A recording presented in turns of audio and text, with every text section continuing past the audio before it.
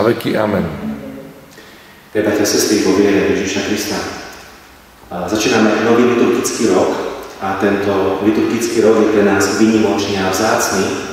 A to aj kvôli tomu, lebo celý tento rok budeme spoločne sláviť rok pokánia, do ktorého dnes vstupujeme. Tento rok pokánia je totiž našim vzájomným pozvaním k skutkom pokánia a k skutkom odprosovania za naše vlastné hriechy, ale aj za hriechy ostatných našich bratov a sestier, či už v našej cirkvi, alebo v celom našom národe. Takýmto spôsobom sa totiž budeme okrem iného aj pripravovať na jubilejný rok, ktorý pápež František vyhlásil pre celú cirkev a ktorý sa začne v decembri v roku 2024.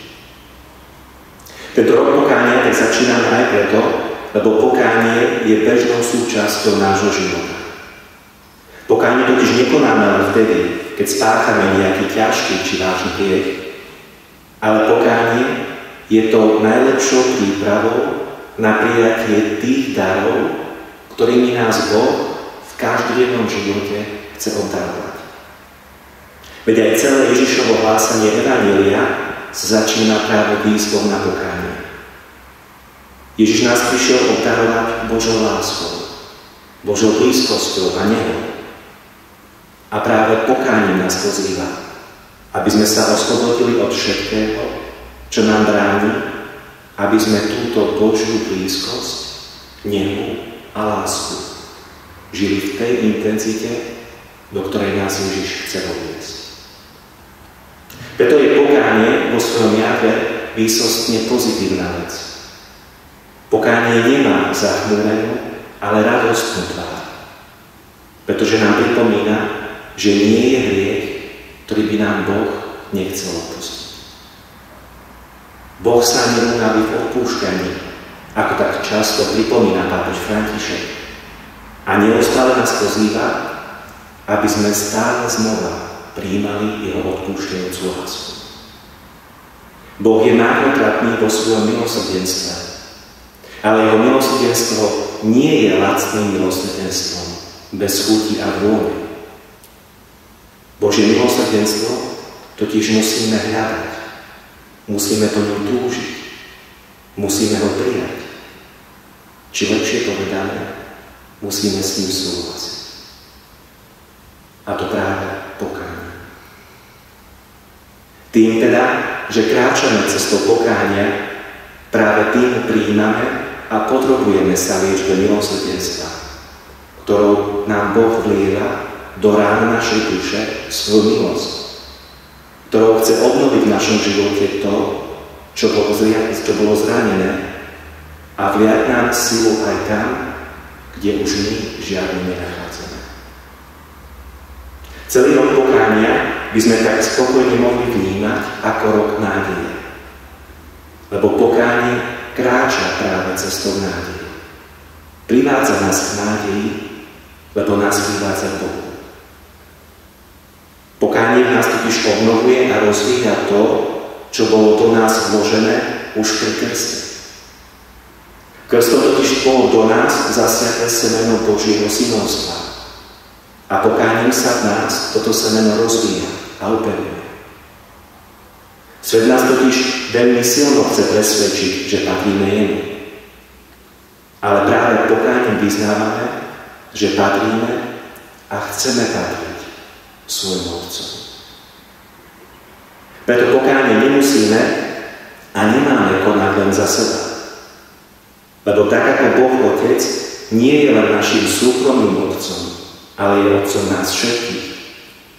Ako sa to modlíme každý deň v modlitbe Otče náš, tak aj pokánie konáme nielen za seba, ale aj za ostatných našich bratov a sestier. A to dokonca aj za tých, ktorí nevyznávajú vieru v Boha, či proti nej bojujú a znevažujú. Môžeme aj s tým spôsobom, dokonca máme sa modliť a konať pokánie aj za tých, ktorí odmietajú Boha a stávajú sa proti jeho dielu, a to práve v nádeji, že tajomstvo Božieho dotyku dokáže roztopiť aj srdcia zamrznuté na kameň.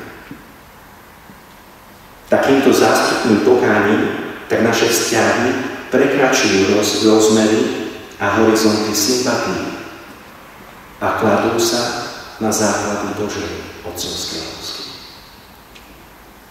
Pokánie tak nespočívalo v pôstoch, obetách a zapretiach.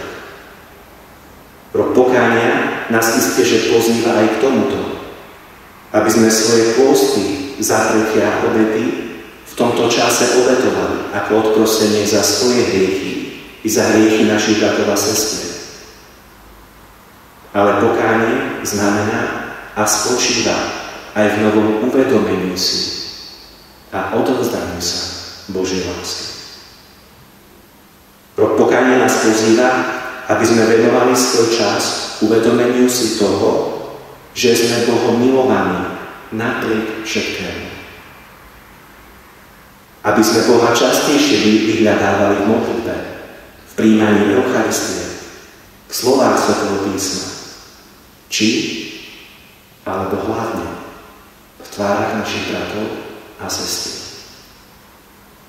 K tomuto všetkému nás tento rok pokánia pozýva.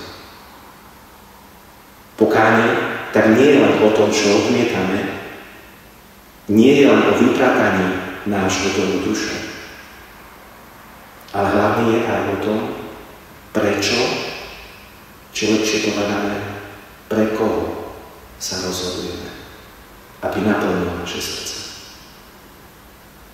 V tomto roku pokánia k nám totiž Ježiš chce prísť ako svojmu priateľovi Lazárovi a kričí na nás, aby sme sa započúvali do jeho hlasu, ktorým nás volá k životu, ktorým nás kriesí pre nový život.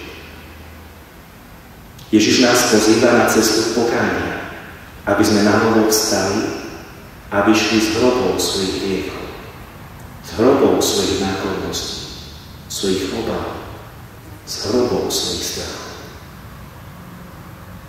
Lebo práve o tom je to práve pokánie.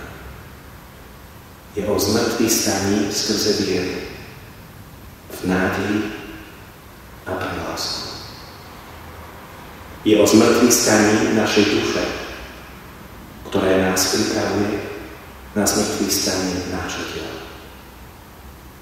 A to všetko skrze veľkosť a moc Božej lásky k nám.